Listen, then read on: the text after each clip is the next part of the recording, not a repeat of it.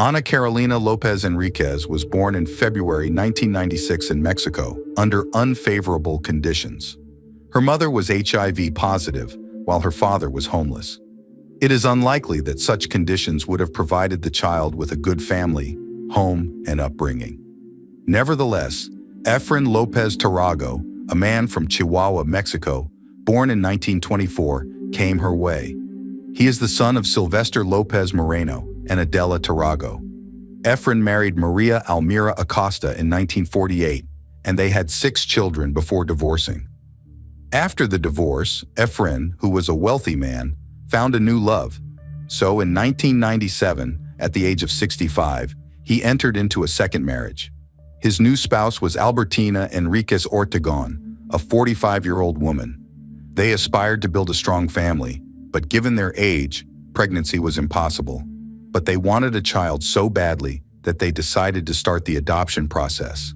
That's how they met the girl, who was a year old by then, and she was placed in the adoption system.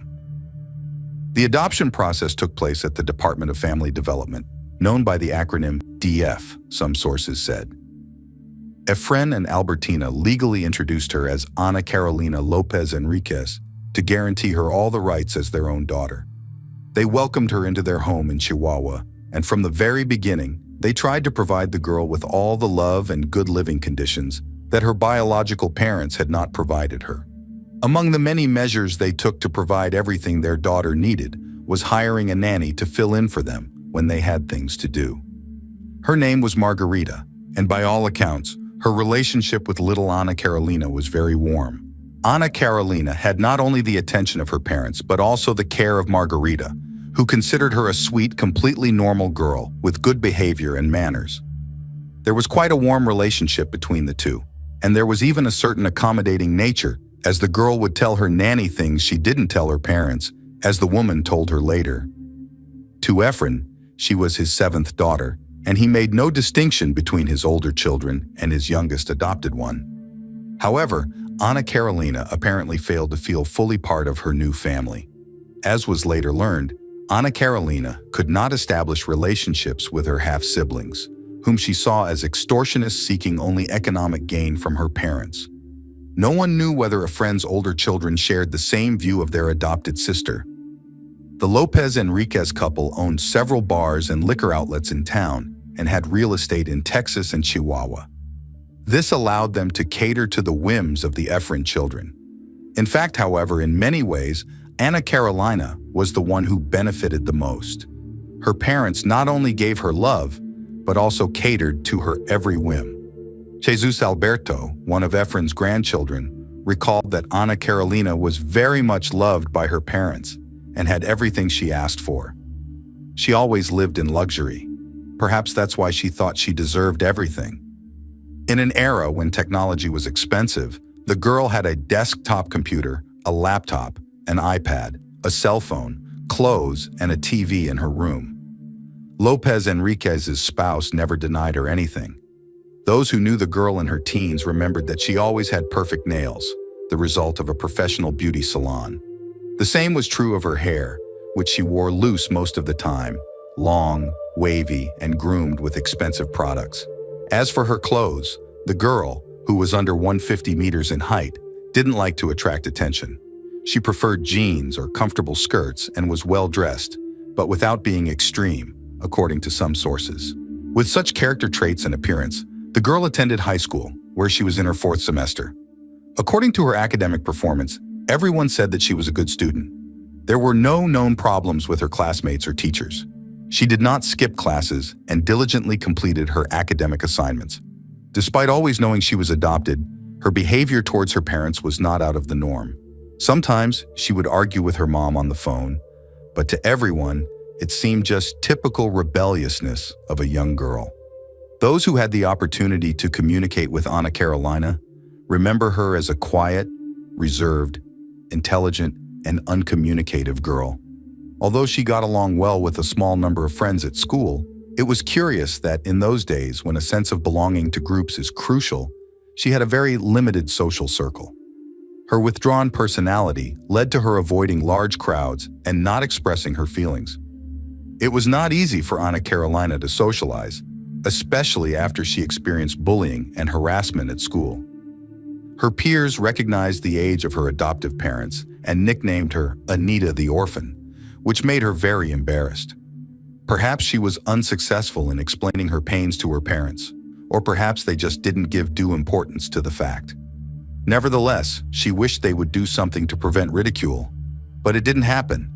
As a result, she began to feel some resentment towards Efren and Albertina for their older age compared to the parents of her school friends. These resentments came out in the form of apparently unimportant confessions to her friends, in which she said seemingly unimportant things, such as threatening to scare her parents for not protecting her from ridicule and harassment.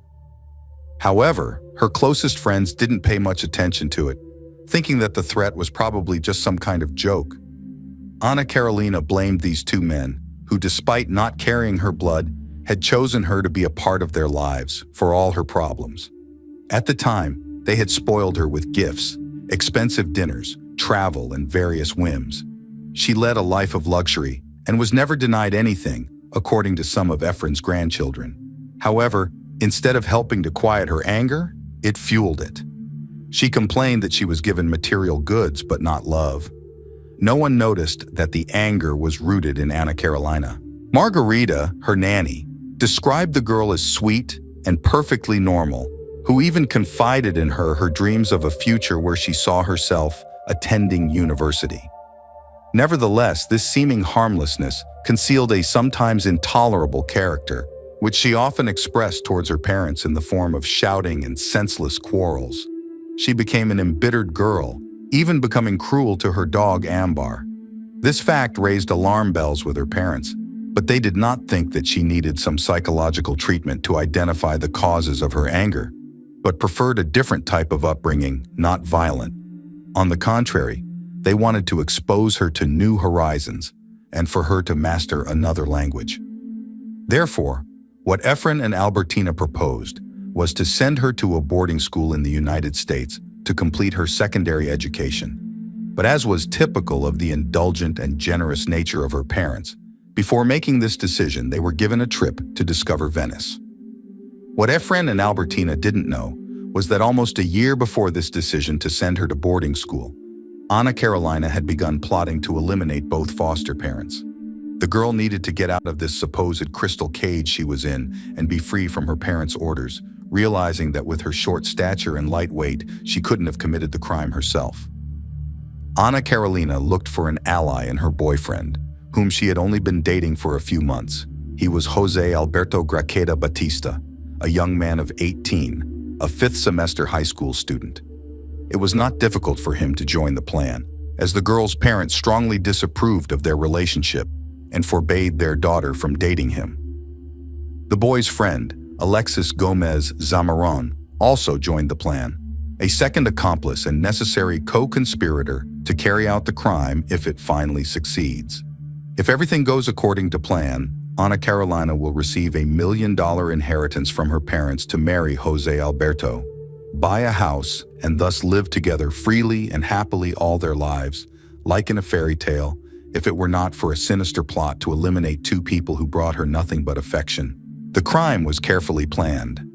Friday, May 3rd, 2013, was chosen by Ana Carolina to kill her parents.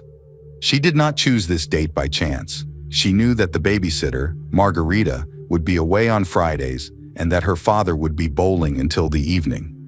That way, she could catch her mother by surprise alone and then attack her father. Ana Carolina hid her accomplices in the house after her father left. She went into the kitchen and from there called Albertina to help her with some ingredients for a recipe that she supposedly couldn't find. Mauro, who was hiding behind a cabinet, took advantage of this to wrap a cable around the woman's neck and squeeze it until it was completely devoid of air. Albertina shivered as she looked at her adopted daughter. She was then injected with 3 syringes of chlorine and rat poison into her chest and carotid artery. They hid the body and waited patiently for her father to arrive. When Efren came through the door, the same thing was done as with the mother. She lured him into the kitchen, and there he was stabbed by Jose Alberto, who also squeezed his neck with a cord. Jose Alberto wasn't sure if he had succeeded in killing him or just caused him to lose consciousness, so he tied a friend's neck to a table leg. Just in case, they injected poison into his carotid artery. After committing the crimes, Ana Carolina, her boyfriend, and his friend washed their hands with chlorine, stole money from the house, and went to a hot dog stand for dinner. When they returned to Lopez Enrique's house, they continued drinking beer and talking as if nothing had happened. They spent the night at the house and the next morning decided to clean up the crime scene to get rid of evidence of their involvement. They bagged the bodies and loaded them into a white Fiat van belonging to the victims. The young men drove to the Lombardo Toledano Road in Chihuahua, and on the way they stopped to buy 13 liters of gasoline, which they placed in 3 plastic bottles. Finding a deserted spot near the Green Toad Water Park, they threw the bodies on the ground and doused them with gasoline. While attempting to set fire to them, they realized they had no way to do so. They got back in the car, drove to the store to get matches, returned, and finally, Jose Alberto set the bodies on fire. They described that they were not prepared for the fire to ignite so quickly and were surprised to see his large funeral pyre. After burning the bodies, the 3 perpetrators headed north on the road to Ciudad Juarez, taking the road that leads to Namiquipa, where they set fire to a car. They then returned to town. Mauro went home, and Ana Carolina and Jose Alberto went to a restaurant for lunch. They then visited a Telcel store, presumably looking for new phones, and finally strolled through the Plaza Galleria shopping center, where the girl tried on wedding rings and her boyfriend bought a watch. A few hours later, they attended a party where Jose Alberto was working as a waiter. Despite her boyfriend's busyness, Ana Carolina enjoyed the evening. At this time, the bodies were bound and charred, and the perpetrators tried to erase their traces and create an alibi. On May 4, 2013, the Chihuahua Police Department could not believe the discovery they made in an uninhabited area in a Mexico City neighborhood.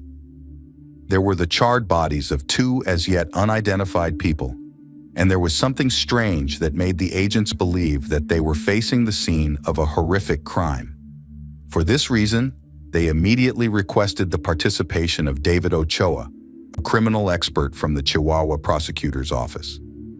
David was the expert the state government turned to when they needed a profile of the killer. He received a call that day asking him to rush to the scene of the discovery. It took David no more than 20 minutes to arrive at the location in the southern part of the city, in a vacant lot next to the famous Green Toad Water Park. This area was a preferred location for criminals of all kinds to dispose of evidence related to atrocities. It was known in police jargon as the body dump site.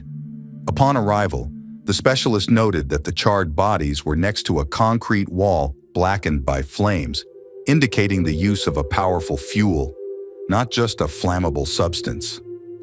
The wear and tear on the teeth of the corpses made it possible to determine that they were elderly people. The position of their hands and feet, bound from behind, clearly indicated that the victims were unable to defend themselves. In fact, a study of their facial expressions suggested that they had not even anticipated the attack. According to David, their facial features did not express surprise or terror. This indicated that they were in a position of trust when their lives were taken. David said that even though he had visited about 250 crime scenes in his 17 years in the business, creating profiles for the mentally ill, passionate criminals, and blameless mercenaries, this case struck him. He believed that whoever had done it was soulless. The autopsy of the bodies revealed, thanks to a prosthetic hip joint, that one of the victims was a woman, probably in her early 60s. The other body was confusing because it was a man of about 90 years old, making the crime completely atypical of national proportions.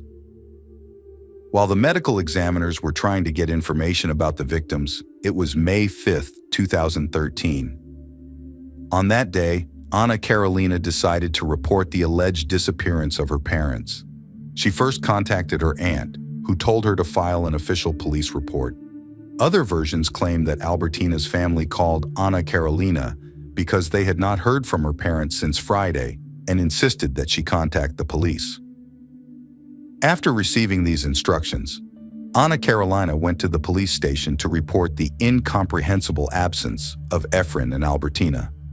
The girl looked completely shocked. She explained to the officers that everything was fine in their family a few days before their disappearance, but here on Saturday, May 4th, she lost them. She decided to enlist the help of law enforcement to help her find her parents.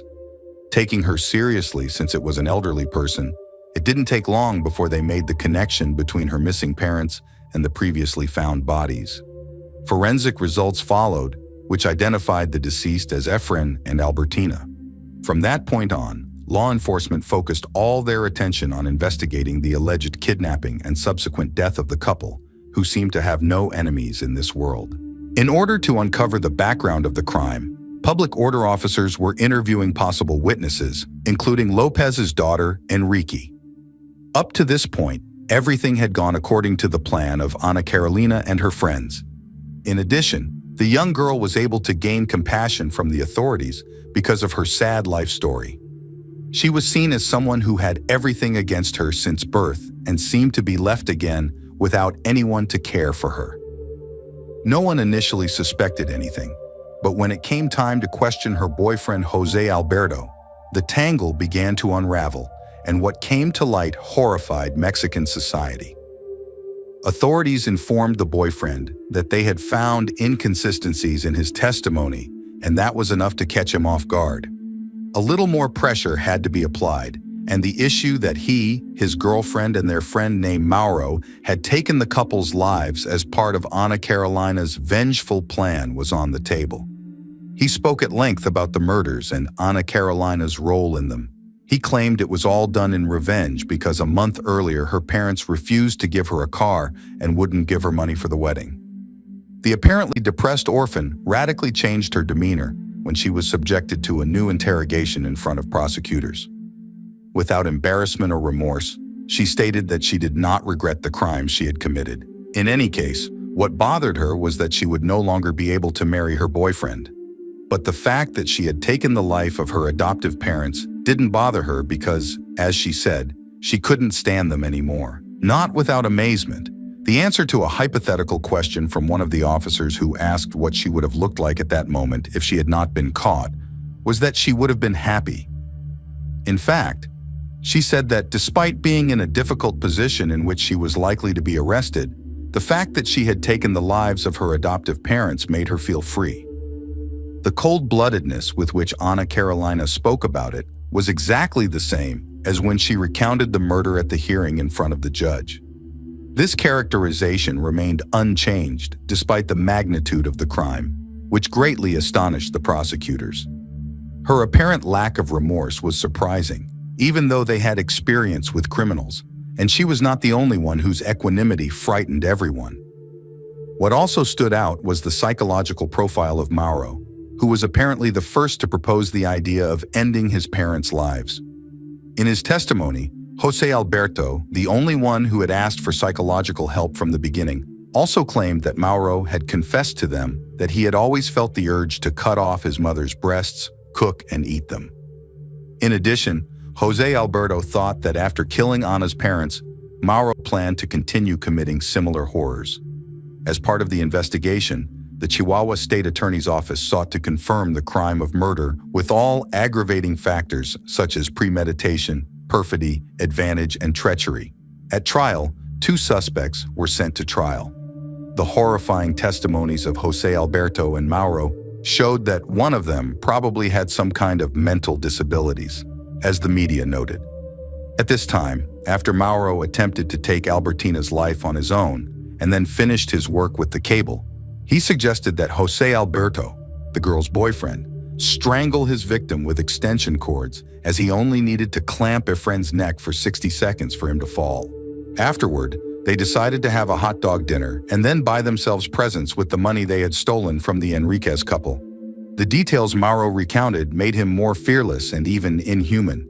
He indicated that when they returned to the crime scene, they burned the blood spilled on the wooden surface using aerosol-packaged hairspray and a lighter, creating a flamethrower-like effect on a smaller scale. Mauro then collected all the materials used with the prints of all 3, putting them in a bag that was placed in the family's car, which they used to transport the bodies.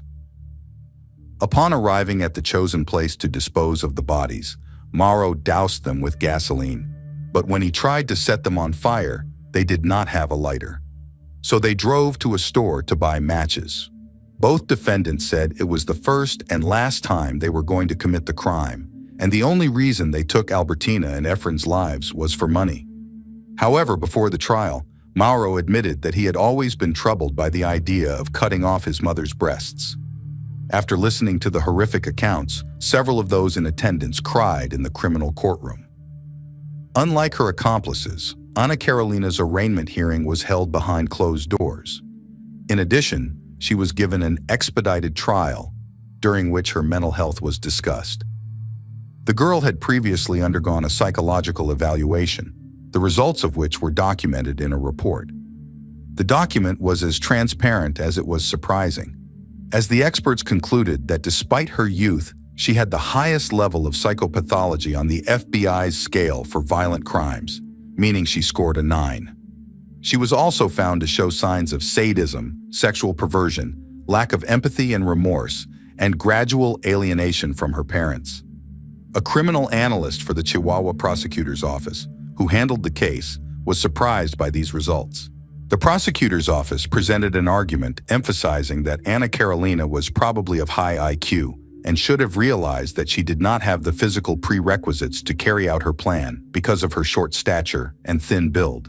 Despite the fact that her adoptive parents were elderly, she was at a disadvantage in terms of physical characteristics. Given that the girl had admitted and accepted the charges of murder with theft to the detriment of her foster parents, the Mexican justice sentenced her to 14 years and 6 months in prison. This was practically the maximum sentence for her for this type of crime.